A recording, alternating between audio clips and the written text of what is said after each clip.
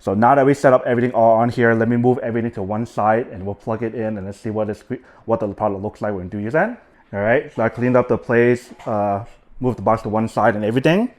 So now let's plug it in, let's give it a try. So plug it in right here, and we probably need to peel this off. And that's pretty much what the screen part looks like there. And let's turn on the remote control right here.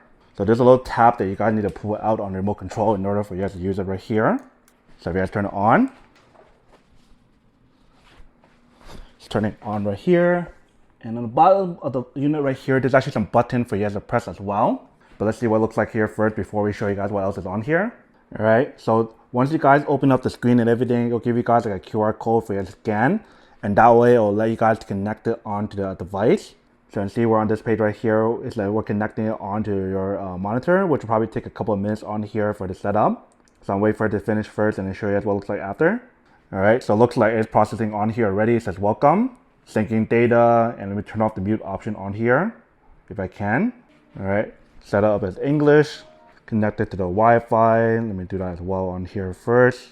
So right here, you can see how it says registering your device will probably take a couple of seconds. While we're waiting for that to happen, I do want to mention how the remote control is actually pretty interesting because it has the option right here for you guys to mute it. But that same button that mutes allows you guys to push it up and down to increase and lower the volume as well. So that's pretty cool and very unique. So right now it's still connecting and registering it to the Wi-Fi because you need Wi-Fi to use it obviously. So hopefully it'll be done soon, just waiting. All right, now it's downloading some kind of plugin on here after it verified the device and told me to create a name if I want to.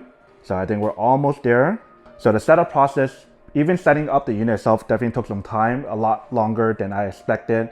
Compared to the LG one, when you guys install it, it's a lot faster. It's also a little bit more lightweight as well. It's not as heavy as the Samsung one here. So I think Samsung, you guys are paying for a higher quality product. So the backup data, all that stuff on here, they ask for you guys to do that on here. Some AI features that they mention on here as well, if you guys can see right here. Your voice assistant, I'll skip that for now. We're gonna do all of that later on. I just want to show you guys what the screen and everything looks like on here first. We just turned on some kind of AI sound mode option on here. And there's voice command as well. It tells you guys to connect to some of their options available that you guys probably have already, like Spotify. So I'm gonna finish setting the process first because I think it's gonna take some time. All right, so once you guys got it all set up right here, they'll show you guys how to kind of use everything all on here. So you can skip it if you guys want. Show you guys how there's an AI option here for you guys to use. And then you guys can watch a bunch of stuff on here if you can see. So let's bring the camera a little closer to show you guys what you guys do get. So obviously you do have the option to use either your app to control it or you guys can use the remote that you guys have. And I believe it's touchscreen as well. So let's give it a try. Let's just tap YouTube. Nope, so it's not touchscreen. So you guys will have to use the remote control to do it on here. So let's say for example, if I go to one of the streaming service on here, let's show you guys what it kind of looks like on here. I'm not gonna play any kind of audio or anything just because of copyright reason and whatnot, but let's show you guys what you guys do get. All right, so right here we're playing the video. If you guys can see, when you guys look at the image quality on here, it definitely looks really nice. It looks very high 4K when you guys do use it. I'm recording using my camera right now on a 1080p setting, but when you guys are watching in person, it definitely does look like 4K image quality, which is pretty cool. And I muted because of copyright reasons and whatnot, so I just leave that as is. What I'm gonna do right now is turn off the camera and listen to the audio on here myself and then see what it sounds like, if it sounds pretty good or not. Just because of copyright reason, I can't show you guys that on here. So let me do that first. All right, so I just watched a little snippet of the video right here that I saw from YouTube. Listening to the audio on here is really, really good. Obviously, there's not like a lot of bass or anything on this unit on here when you guys use it, but the audio is really, really clear. And I love how it's 4K image quality and it's edge to edge.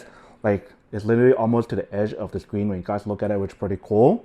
So that's all I can show you guys for the product. Like I mentioned, I can't really show you guys the audio on here, but what I can do is show you guys what else this product can do and what's actually on here. So the bottom part right here, if I raise up the camera, you guys can see on the bottom part right here, there's some button for you guys to press that I mentioned earlier. And if I do turn it around to the back, right here on the back, you can see this is what you guys get. So you guys do get a few of these USB option. And then the bottom part right here, you guys get a few of the HDMI option right here on the bottom and the USB-C option that charges up to 65 watts if you guys want to use that option. And then here's what the back part looks like once you guys do install it, if you guys can see. So that's pretty much what the product looks like in the back part right here. And I'm assuming this is probably like the speaker or something throughout right here in the back for the unit. So if you guys want to add like your own Bluetooth speaker, you guys can. So one other thing that I do want to show you guys before I end the video for this product right here is the fact that for this product, it is not a wireless option. So not like one of the LG TV where you guys can take off the screen and use it wireless. It is a wired option, so you guys do have to keep it plugged in to have power in order for you guys to use it. But this one, it is kind of slimmer how you guys can rotate the screen right here. So if you guys want to rotate it this way, you guys definitely have the option, which is pretty cool. So once you guys rotate it, you can see this is what the screen looks like on here. So this is pretty much what it looks like right here when you guys do use the screen like this, or you guys can rotate back this way. But I just noticed right here, this might be the speaker on the bottom right here when I looked at it. So very easy and very simple to do so. And I love how it's automatically changed for you guys on here when you guys do use that option, which is really nice. So now that I show you guys everything in terms of what you guys get on here for the product, and now to answer the question of whether or not it's actually worth it or not. So I think for this product, based on what you can see so far, it is worth it for what you guys are paying for quality, the image quality, the audio, everything is really, really good. It has a lot of different options available on here in the back, like the USB and the HDMI option and USB-C 65 watts charging speed. So you guys can definitely charge like the devices, play other stuff like plug in Fire TV stick if you guys want. But you don't really need to use a Fire TV stick because you guys have all these different options on here already in terms of the Netflix, Prime Video, Hulu, Disney Plus, YouTube, like everything is already on here, so you don't really need anything else to add on top, which is pretty cool. But if you guys want to plug in a Fire TV stick, you are more than welcome to. And if you guys want to plug in maybe the HDMI option to plug it onto your computer to project it on here, you guys can.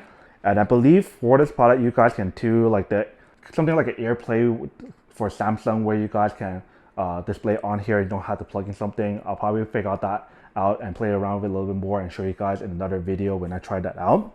But that's pretty much everything for right now. So I think it's really worth it for what you guys do get, but setup process is a lot harder than the LG one, which takes a lot more time, and the unit itself is a lot more heavy as well.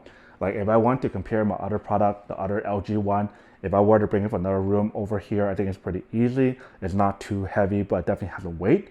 Whereas for this one right here is really, really heavy to the point that I probably can't even carry it upstairs or somewhere else without using the wheel option on here. I might need help. So just keep that in mind for this product here. When you guys do use it, it is really heavy. But it's good thing it has wheels, so you don't really need to move it anywhere besides if you guys need to move this upstairs or something. I think that's probably the only downside for the product, the fact that it's too heavy or really, really heavy when you guys do that. But other than that, you guys get everything you guys want on here. 4K image quality, screen like this, rotatable option, and you guys can also rotate it left and right as well if you guys do want to a certain extent. So that's pretty neat. Oh, and one thing before I forget to mention about the product for remote control, I think it's like solar option to recharge it or something, but you can see the back part right here. But they do have a USB-C option in the back part, bottom part right here for you to plug in to recharge it, and that's pretty much how you guys recharge the remote. And it looks like for this remote right here, you guys can use all these different options available, and you guys have the mic option if you guys want to use that as well. You can see right here on top. Right now we plugged in the cable to charge it up, and it has a little indicator light. But they do have like their own voice assistant, everything here for you guys to use AI technology and a lot of cool features on here for this remote.